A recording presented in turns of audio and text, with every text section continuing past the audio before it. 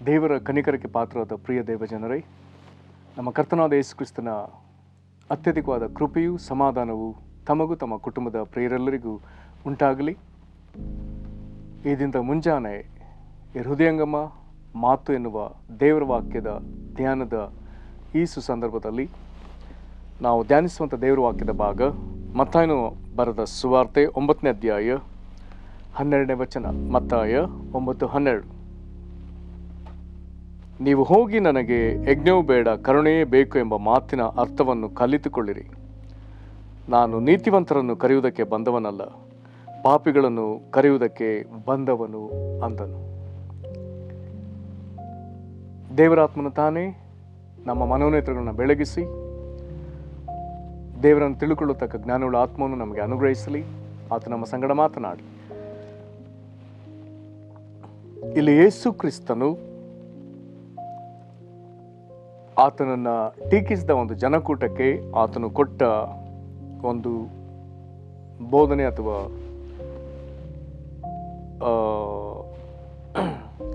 ಒಂದು ವಿವರಣೆ. ಇಲ್ಲಿ ಆತನು ಸ್ಪಷ್ಟವಾಗಿ ಹೇಳ್ತಾನೆ, ನನಗೆ ಯಜ್ಞವೂ ಬೇಡ ಕರುಣೆ ಬೇಕು. ಈ ವಾಕ್ಯವನ್ನು ನಾವು ಹಳೆ ಒಡಂಬಡಿಕೆಯಲ್ಲಿ ಎರಡು ಬೇರೆ ಬೇರೆ ಸಂದರ್ಭದಲ್ಲಿ ನೋಡಲಿಕ್ಕೆ ಸಾಧ್ಯವಿದೆ. ಇದೇ ಮಾತನ್ನು ನಾವು ಹೋಶೇಯನ ಪ್ರವಾದನೆ ಗ್ರಂಥ 6ನೇ ಅಧ್ಯಾಯದ 6ನೇ ವಚನದಲ್ಲಿ ಓದ್ತೇವೆ. ಅಲ್ಲಿ ಇದೇ ಮಾತಿಗೆ ಜೋಡಣೆಯಾಗಿ ಮತ್ತೊಂದು ಮಾತನ್ನು ಓದ್ತೇವೆ. ಅಲ್ಲಿ ಹೀಗೆ ಬರ್ತದೆ, ನನಗೆ ಯಜ್ಞವೂ ಬೇಡ ಕರುಣೆಯೇ ಬೇಕು, ಹೋಮಗಳಿಗಿಂತ ದೇವಜ್ಞಾನವೇ ಇಷ್ಟ.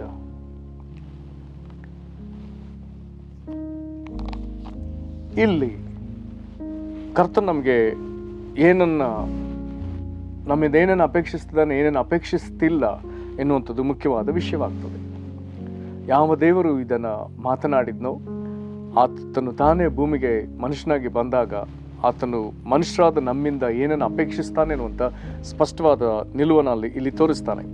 ಒಂದು, ಆತನ ನಮ್ಗೆ ಹೇಳ್ತಿರುವಂಥದ್ದು ಆತನಿಗೆ ಯಜ್ಞವೂ ಬೇಕಾಗಿಲ್ಲ.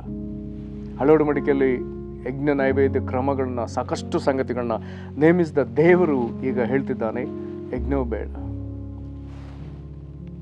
ಅದಕ್ಕೆ ಬದಲಾಗಿ ಆತನು ಮತ್ತೊಂದನ್ನು ಕೇಳ್ತಿದ್ದಾನೆ, ಕರುಣೆಯೇ ಬೇಕು. ಹಾಗಾದರೆ ಇದನ್ನ ಇನ್ನೊಂದು ಅರ್ಥದಲ್ಲಿ ಸ್ವಲ್ಪ ಬಿಡಿಸಿ ನೋಡುವುದಾದರೆ ಅಲ್ಲಿ ಅರ್ಥವಾಗುವಂಥ ವಿಷಯ, ನಾವು ಧಾರ್ಮಿಕ ಆಚರಣೆಗಳಿಂದ ಅಥವಾ ನಾನಾ ವಿಧವಾದ ಕರ್ಮಗಳಿಂದ ಮತ್ತು ದೇವರನ್ನ ಓಲೈಸಿಕೊಳ್ಳುವುದಕ್ಕಾಗಿ ನಮ್ಮ ದೈನಂದಿನ ಹಲವು ವಿಧವಾದ ಭಕ್ತಿಯ ಚಟುವಟಿಕೆಗಳು ಅಥವಾ ಭಕ್ತಿಯ ಕರ್ಮಗಳು ಅಥವಾ ಧಾರ್ಮಿಕ ರೀತಿ ನೀತಿಗಳು, ಇವುಗಳನ್ನ ಆಚರಿಸಿ ಇದರಲ್ಲಿ ನಾವು ದೇವರನ್ನ ಓಲೈಸಿಕೊಂಡ್ವೆ ಎನ್ನುವಂಥ ಭಾವನೆಗೊಳಗಾಗಿದ್ರೆ ದೇವರು ಅದನ್ನು ಇಲ್ಲಿ ಅದು ಸಾಧ್ಯವಿಲ್ಲ ಎಂಬುದನ್ನು ಸ್ಪಷ್ಟವಾಗಿ ಹೇಳ್ತಿದ್ದಾನೆ. ಧಾರ್ಮಿಕ ಆಚರಣೆಗಳಿಂದ ನಾವು ದೇವರನ್ನ ಸಂಪಾದಿಸಿಕೊಳ್ಳೋದಕ್ಕೆ ಸಾಧ್ಯವೋ? ಬದಲಾಗಿ ಆತನು ಇನ್ನೊಂದನ್ನು ಹೇಳ್ತಿದ್ದಾನೆ, ನನಗೆ ಧಾರ್ಮಿಕ ಆಚಾರ ವಿಚಾರಗಳ ಅವಶ್ಯಕತೆ ಇಲ್ಲ, ನನಗೆ ಕರುಣೆ ಬೇಕು ಅಂತ ಹೇಳ್ತಾನೆ.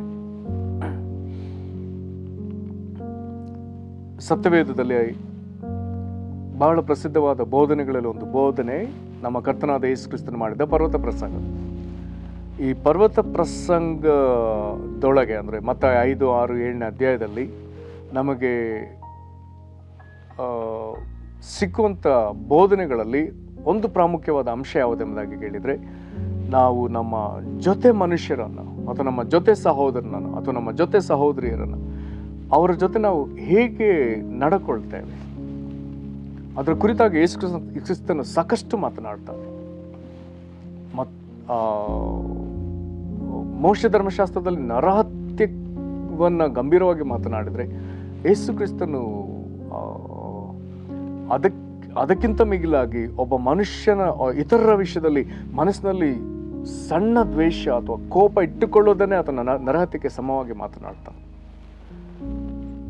ಮೋಶೆ ಧರ್ಮಶಾಸ್ತ್ರದಲ್ಲಿ ವ್ಯಭಿಚಾರವನ್ನು ವಿಪರೀತವಾಗಿ ತಪ್ಪೆಂಬುದಾಗಿ ಬಿಂಬಿಸುವುದಾದರೆ, ಯೇಸುಕ್ರಿಸ್ತನ ಬೋಧನೆಗಳಲ್ಲಿ ವ್ಯಭಿಚಾರದ ಚಟುವಟಿಕೆ ಏನೂ ಇಲ್ಲದೆ ಮನಸ್ಸಿನಲ್ಲಿಯೇ ಒಂದು ವಿಕಲ್ಪ ಭಾವನೆಗಳನ್ನು ವಿಕೃತ ಭಾವನೆಗಳನ್ನು ನಾವು ಕಲ್ಪಿಸಿಕೊಂಡು ಮನಸ್ಸಲ್ಲೇ ಮಾಡೋ ಪಾಪವನ್ನೇ ಆತನ ವ್ಯಭಿಚಾರ ಅಂತ ಹೇಳ್ತಾನೆ. ಮತ್ತು ಈ ರೀತಿಯಾಗಿ ನಮ್ಮ ನಡವಳಿಕೆಗಳಿಂದ ಇನ್ನೊಬ್ಬರ ಮನಸ್ಸನ್ನು ನೋಯಿಸೋದನ್ನು ಅವುಗಳಲ್ಲಿ ಅನೇಕ ವಿವರಣೆಗಳನ್ನ ಕೊಟ್ಟು ಆತನು ಅವುಗಳಲ್ಲಿ ಎಷ್ಟು ತಪ್ಪುಗಳಿದೆ, ಹಾಗಾದ್ರೆ ನಾವು ಹೇಗೆ ನಡ್ಕೊಳ್ಬೇಕೆಂಬುದನ್ನು ಆತನು ಅನೇಕ ವಿಧದಲ್ಲಿ ಅದನ್ನು ಬೋಧಿಸ್ತಾನೆ, ಹಲವು ವಿಧದಲ್ಲಿ. ಹಾಗಾದ್ರೆ ಇಲ್ಲಿ ದೇವರು ಏನನ್ನ ಬಯಸ್ತಿದ್ದಾನೆ ಅಂದ್ರೆ, ನಾವು ಇತರರಿಗೆ ತೋರಿಸುವಂತ ಕನಿಕರವನ್ನ ಆತನು ನಮ್ಮಿಂದ ಅಪೇಕ್ಷಿಸ್ತಿದ್ದಾನೆ. ಬಹಳ ಪ್ರಾಮುಖ್ಯವಾದ ಸಂಗತಿ, ದೇವರು ನಮ್ಮಿಂದ ಅಪೇಕ್ಷಿಸುವಂಥದ್ದು. ಒಂದು ವೇಳೆ ಇದರ ಇನ್ನೊಂದು ವಿವರಣೆಯನ್ನ ನಾವು ಮೀಕನ ಗ್ರಂಥದಲ್ಲಿ ಹುಡುಕೋದಾದ್ರೆ, ಮೀಕನ ಗ್ರಂಥ ಪ್ರವಾದನೆ ಪುಸ್ತಕ ಅದರಲ್ಲಿ 6ನೇ ಅಧ್ಯಾಯದ 8ನೇ ವಚನಕ್ಕೆ ಬಂದ್ರೆ, ಅಲ್ಲಿ ದೇವಜನರ ದೇವರ ಮುಂದೆ ಕೆಲವು ಮಾತುಗಳು, ಅದರಲ್ಲಿ ಅನೇಕ ಸಂಗತಿ ಇದೆ. ಅದರಲ್ಲಿ ಒಂದು ಭಾಗದಿಂದ ನೋಡ್ತಾನೆ, 6ನೇ ವಚನದಿಂದ 6 ಮತ್ತು 7ನೇ ವಚನ, ಮೀಕ 6ನೇ ಅಧ್ಯಾಯದ 6 ಮತ್ತು 7ನೇ ವಚನದಲ್ಲಿ ದೇವರಿಗೆ ನಾನು ಏನೇನು ಕೊಡ್ಲಿ ಅನ್ನುವಂಥ ಒಂದು ಹಲವು ಮಾತುಗಳ ಸರಮಾಲೆಯನ್ನು ನೋಡ್ಬೋದು. ಏನಂತೆ ಆತನು ಕೇಳ್ತಾನೆ, ನಾನು ಯೆಹೋವನ ಸನ್ನಿಧಿಯಲ್ಲಿ ಯಾವ ಕಾಣಿಕೆಯೊಡನೆ ಕಾಣಿಸಲಿ, ಯಾವುದನ್ನರ್ಪಿಸಿ ಮಹೋನ್ನತ ದೇವರ ಸಮ್ಮುಖದಲ್ಲಿ ಅಡ್ಡ ಬೀಳಲಿ, ಹೋಮದ ಪಶುಗಳನ್ನು 1 ವರ್ಷದ ಕರುವನ್ನು ತೆಗೆದುಕೊಂಡು ಬಂದು ಆತನ ಮುಂದೆ ಕಾಣಿಸಿಕೊಳ್ಳಲು, ಸಾವಿರಾರು ಟಗರುಗಳನ್ನು ಲಕ್ಷೋಪಲಕ್ಷ ತೈಲ ಪ್ರವಾಹಗಳನ್ನು ನೋಡಿ ಯೆಹೋವನು ಮೆಚ್ಚಾನೆ, ನನ್ನ ದ್ರೋಹದ ನಿಮಿತ್ತ ನನ್ನ ಚೊಚ್ಚಲು ಮಗನನ್ನೇ ಅರ್ಪಿಸಲು, ನನ್ನ ಆತ್ಮದ ಪಾಪಕ್ಕಾಗಿ ನನ್ನ ಗರ್ಭದ ಫಲವನ್ನು ಸಲ್ಲಿಸಲು.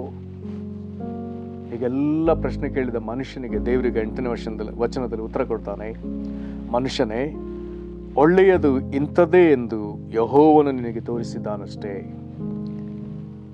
ನ್ಯಾಯವನ್ನು ಆಚರಿಸುವುದು, ಕರುಣೆಯಲ್ಲಿ ಆಸಕ್ತನಾಗಿರುವುದು, ನಿನ್ನ ದೇವರಿಗೆ ನಮ್ರವಾಗಿ ನಡೆದುಕೊಳ್ಳುವುದು, ಇಷ್ಟನ್ನೇ ಹೊರತು ಯೆಹೋವನು ನಿನ್ನಿಂದ ಇನ್ನೇನನ್ನು ಅಪೇಕ್ಷಿಸುವನು. ಹಾಗಾದ್ರೆ ದೇವರನ್ನ ನನ್ನ ಮೆಚ್ಚಲೆಂಬುದಾಗಿ ನಾನಾ ವಿಧವಾದ ಕಾಣಿಕೆಗಳನ್ನ, ಯಜ್ಞಗಳನ್ನ, ಅನೇಕ ವಿಧದಲ್ಲಿ ನನ್ನ ದೃಷ್ಟಿಗೆ ಸರಿಕಂಡ ನಾನಾ ಸಂಗತಿಗಳನ್ನ ನಾನು ಮಾಡಿದ್ರೆ ದೇವರನ್ನು ಒಪ್ಪಲಿಕ್ಕೆ ಆತನು ಸಿದ್ಧನಿಲ್ಲ. ಒಂದು ಕಡೆ ದೇವರ ಜ್ಞಾನ ಎಂಬುದಾಗಿ ಹೇಳ್ತಾನೆ, ಇನ್ನೊಂದು ಕಡೆ ಆತನು ನಮಗೆ ಇಂಥ ಸಂಗತಿಗಳನ್ನು ತೋರಿಸ್ತಾನೆ.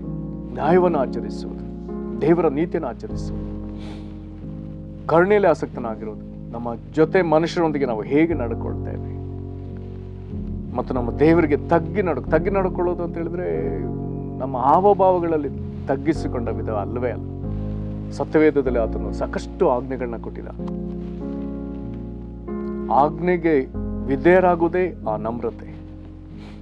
ಈ ವಾಕ್ಯಗಳನ್ನ ದೂರ ಇಟ್ಟು ನಾನು ದೇವರಿಗೆ ತಗ್ಗಿ ನಡೀತೇನೆ, ಅಥವಾ ನನ್ಗಿಷ್ಟದ ವಿಧದಲ್ಲಿ ಉಪವಾಸ ಮಾಡ್ತೇನೆ, ಕಾಣಿಕೆ ಕೊಡ್ತೇನೆ, ಸಭೆಗೆ ಹೋಗ್ತೇನೆ, ಅದನ್ನು ಇಲ್ಲ, ಇವುಗಳಲ್ಲ. ಆತನು ವಾಕ್ಯಕ್ಕೆ ವಿಧೇಯನಾಗ್ಲಿಕ್ಕೆ ಹೇಳ್ತಾನೆ. ಯೇಸು ಸ್ವಾಮಿ ಯೋಹಾನ 14:15 ಇದನ್ನ ಸ್ಪಷ್ಟವಾಗಿ ಹೇಳ್ತಾನೆ, ನೀವು ನನ್ನನ್ನು ಪ್ರೀತಿಸುವವರಾದರೆ ನನ್ನ ಆಜ್ಞೆಗಳನ್ನು ಕೈಕೊಂಡು ನಡೆಯಿರಿ. ಅಲ್ಲಿಗೆ ದೇವರಿಗೆ ನಮ್ಮ ಬಾಯಿ ಮಾತಿನ ಉಪಚಾರ, ಬಾಯಿ ಮಾತಿನ ಪ್ರೀತಿ ಅವಶ್ಯಕತೆ ಇಲ್ಲ. ನಾವು ನಮ್ಮ ಜೀವಿತಗಳಲ್ಲಿ ಅಥವಾ ಈ ಚಲನಚಿತ್ರಗಳಲ್ಲಿ ಬಾಯಿ ಉಪಚಾರದ ಪ್ರೀತಿ ಪ್ರೇಮಗಳನ್ನ ನಾವು ನೋಡ್ತೇವೆ. ದೇವರು ಇದನ್ನ ನಮ್ಮಿಂದ ಅಪೇಕ್ಷಿಸಲೇ ಇಲ್ಲ. ಕ್ರಿಯೆಯಲ್ಲಿ ಪ್ರೀತಿಯನ್ನು ಆತನ ಅಪೇಕ್ಷಿಸ್ತಾನೆ. ಸ್ಪಷ್ಟವಾಗಿ ಬರ್ತದೆ, ನೀವು ನನ್ನನ್ನು ಪ್ರೀತಿಸುವವರಾದರೆ ನನ್ನ ಆಜ್ಞೆಗಳನ್ನು ಕೈಕೊಂಡು ನಡೆಯಿರಿ. ಆಜ್ಞೆಗೆ ತಗ್ಗಿಸಿಕೊಂಡರು, ವಿಧೇಯರಾದವರು, ಹೀಗೆ ಆತನನ್ನು ಪ್ರೀತಿಸ್ಲಿಕ್ಕೆ ಹೇಳ್ತಾನೆ. ಇದು ನಮ್ರತೆ. ಇಷ್ಟನೇ ಹೊರತು ಯೆಹೋವನಿಂದ ಇನ್ನೇನನ್ನು ಅಪೇಕ್ಷಿಸುವನು.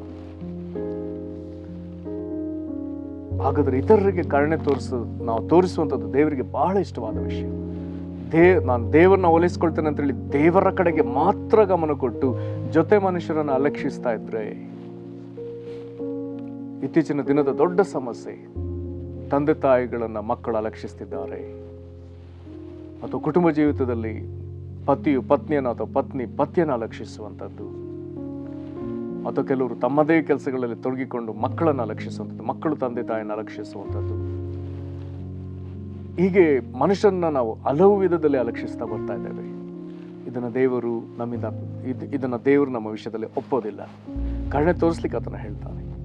ಹಾಗಾಗಿ ಯೇಸು ಕ್ರಿಸ್ತನು ಈ ಮತ್ತಾಯನ ಸುವಾರ್ತೆಯಲ್ಲಿ ಮುಂದುವರೆದ ಆತನ ಹೇಳ್ತಾನೆ, ನಾನು ಎಂಥವರಿಗಾಗಿ ಬಂದೆ, ಎಂಬುದನ್ನು ಆತನು ತೋರಿಸಿಕೊಳ್ಳುವಾಗ ಮುಂದಿನ ಮಾತುಗಳನ್ನ ಓದಿ ನೋಡೋಣ. ಆತನು ಹೇಳ್ತಾನೆ, ನನಗೆ ಯಜ್ಞವೂ ಬೇಡ ಕರುಣೆ ಬೇಕೆಂಬ ಮಾತಿನ ಅರ್ಥವನ್ನು ಕಲಿತುಕೊಳ್ಳಿರಿ. ನಾನು ನೀತಿವಂತರನ್ನು ಕರೆಯುವುದಕ್ಕೆ ಬಂದವನಲ್ಲ, ಪಾಪಿಗಳನ್ನು ಕರೆಯುವುದಕ್ಕೆ ಬಂದವನು.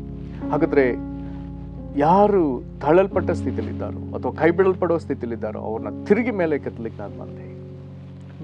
ಇದನ್ನು ಮಾಡ್ಲಿಕ್ಕೆ ಆತನು ಹೇಳ್ತಾನೆ, ಒಂದು ದಿನ ಬರ್ತದೆ ಆತನು ಸಿಂಹಾಸನದಲ್ಲಿ ಕೂತ್ಕೊಳ್ಳಿಕ್ಕಿದ್ದಾನೆ. ತನ್ನ ಬಲಗಡೆಯಲ್ಲಿ ಒಂದು ಕೂಟವನ್ನು, ಎಡಗಡೆಯಲ್ಲಿ ಒಂದು ಕೂಟವನ್ನು ನಿಲ್ಲಿಸ್ಕೊಳ್ಳಿಕ್ಕಿದ್ದಾನೆ. ಮನುಷ್ಯರಲ್ಲಿ ಬಲಗಡೆ ನಿಂತವ್ರನ್ನ ತಂದೆ ಆಶೀರ್ವಾದ ಹೊಂದಿದವರೇ ಬರ್ರಿ ಎಂಬುದಾಗಿ ಹೇಳ್ತಾನೆ. ತಂದೆ ನಿತ್ಯ ಸೌಭಾಗ್ಯದಲ್ಲಿ ಸೇರ್ಲಿಕ್ಕಾಗಿ ಅವ್ರಿಗೆ ಕರೆ ಕೊಡ್ತಾನೆ. ಆಗ ಅವ್ರಿಗೆ ಗಾಬರಿಯಿಂದ ನೋಡುವಾಗ ಆತನು ಹೇಳ್ತಾನೆ, ನಾನು ಹಸ್ದಿದ್ದೆ, ನೀವು ತಿನ್ನಲಿಕ್ಕೆ ಕೊಟ್ರಿ. ನಾನು ವಸ್ತ್ರ ಇಲ್ಲದವನಾಗಿದ್ದೆ, ನನಗೆ ಉಡುವುದಕ್ಕೆ ವಸ್ತ್ರ ಕೊಟ್ರಿ. ನಾನು ಸೆರೆ ಮೇಲೆ ಬಿದ್ದಿದ್ದೇನೆ, ನೀವು ನಾನು ನೋಡ್ಲಿಕ್ಕೆ ಬಂದ್ರಿ. ನಾನು ರೋಗಿಯಾಗಿದ್ದೇನೆ, ಆರೈಕೆ ಮಾಡ್ಲಿಕ್ಕೆ ಬಂದ್ರಿ. ಅವರೆಲ್ಲರೂ ಪ್ರಶ್ನೆ ಕೇಳ್ತಾರೆ, ಯಾವಾಗ ನೀನು ಹಸುವೆಯಲ್ಲಿದ್ದೆ, ಯಾವಾಗ ನೀನು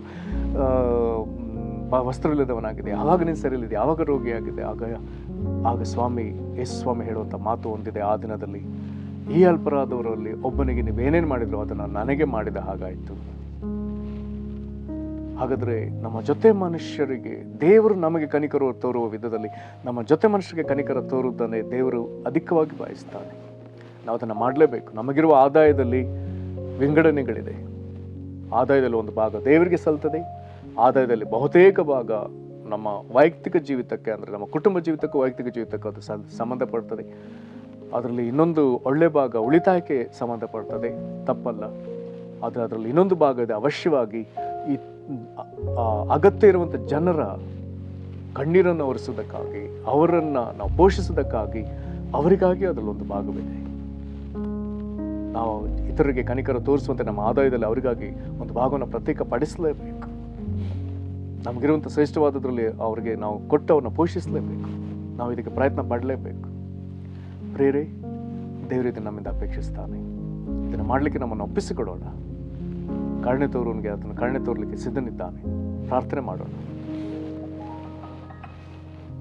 ಮಹಾಕೃಪೆಯ ಪರಲೋಕ ತಂದೆಯೇ, ಕರ್ತನೇ, ಕರುಣೆಯೇ ಬೇಕೆಂಬುದಾಗಿ ನಮ್ಮಿಂದ ಕರುಣೆಯನ್ನು ಡಿಮ್ಯಾಂಡ್ ಮಾಡುವ ದೇವರೇ, ನಾವು ಕರುಣೆ ತೋರಬೇಕೆಂಬುದಾಗಿ ನಮಗೆ ಬೋಧಿಸಿ ಅದನ್ನು ನಮ್ಮಿಂದ ಅಪೇಕ್ಷಿಸುವ ದೇವರೇ, ಕರ್ತನೆ, ನೀನು ನಮ್ಮನ್ನು ಕನಿಕರಿಸಿದಂತೆ ನಾವು ಇತರ ಅನೇಕರನ್ನು ಕನಿಕರಿಸಲಿಕ್ಕೆ ನಮ್ಮನ್ನು ಒಪ್ಪಿಸಿಕೊಡುತ್ತೇವೆ. ಕರ್ತನೆ, ನಾವು ಹೆಚ್ಚೆಚ್ಚಾಗಿ ನಿನ್ನ ಕನಿಕರವನ್ನು ಇತರರಿಗೆ ತೋರಿಸ್ಲಿಕ್ಕಾಗುತ್ತೆ. ನಮ್ಮನ್ನು ನೀನು ಬಲಪಡಿಸು ಸ್ವಾಮಿ. ನೀನು ನಮ್ಮಿಂದ ಅಪೇಕ್ಷಿಸುವಂತೆ ಕನಿಕರ ನಿನ್ನ ದೃಷ್ಟಿಯಲ್ಲಿ ನಿನಗೆ ಕಾಣುವಂತೆ ನಾವು ಕರ್ತನೆ ನಿನ್ನ ಶಿಲುಬೆ ಮರೆಯಲ್ಲಿ ಇದ್ದುಕೊಂಡು ತಕ್ಕದನ್ನು ಮಾಡೋದಕ್ಕೆ ನಮ್ಮನ್ನು ಬಲಪಡಿಸ್ರಿ. ಕರ್ತನೆ, ಯಾರ್ಯಾರು ಇದನ್ನ ಹೀಗೆ ತಮ್ಮನ್ನು ಒಪ್ಪಿಸಿಕೊಡ್ತಿದ್ದಾರೋ ಇಂಥವನ್ನ ಕಡೆಯಲ್ಲಿ ನೀನು ನನ್ನ ತಂದೆಯ ಆಶೀರ್ವಾದ ಹೊಂದಿದವರೇ ಅಥವಾ ಆಶೀರ್ವಾದ ಹೊಂದಿದವರೇ ನನ್ನ ತಂದೆಯ ಸೌಭಾಗ್ಯದಲ್ಲಿ ಸೇರ್ರಿ ಎಂಬುದಾಗಿ ಅವರನ್ನು ಸೇರಿಸಲಿಕ್ಕಿದೆಯಲ್ಲ, ಆ ಗುಂಪಿನಲ್ಲಿ ನಾವು ಕಾಣಿಸಿಕೊಳ್ಳುವಂತೆ ಇತರರಿಗೆ ಕನಿಕರ ತೋರುವುದಕ್ಕಾಗಿ ನಮ್ಮನ್ನು ಬಲಪಡಿಸ್ರಿ. ಇವರೆಲ್ಲರ ಮೇಲೆ ನಿನ್ನ ದಯೆ ಇರಲಿ. ಇವರು ಕರುಣೆ ತೋರಿದಷ್ಟು ಇವರಿಗೆ ಕರುಣೆ ಉಂಟಾಗಲಿ. ಯೇಸು ಕ್ರಿಸ್ತನ ಹೆಸರಲ್ಲಿ ಬೇಡ್ದೇವೆ ನಮ್ಮ ತಂದೆಯೇ, ಆಮೇನ್. ಕರ್ತನು ನಿಮ್ಮನ್ನು ಆಶೀರ್ವದಿಸಲಿ. ವಂದನೆಗಳು.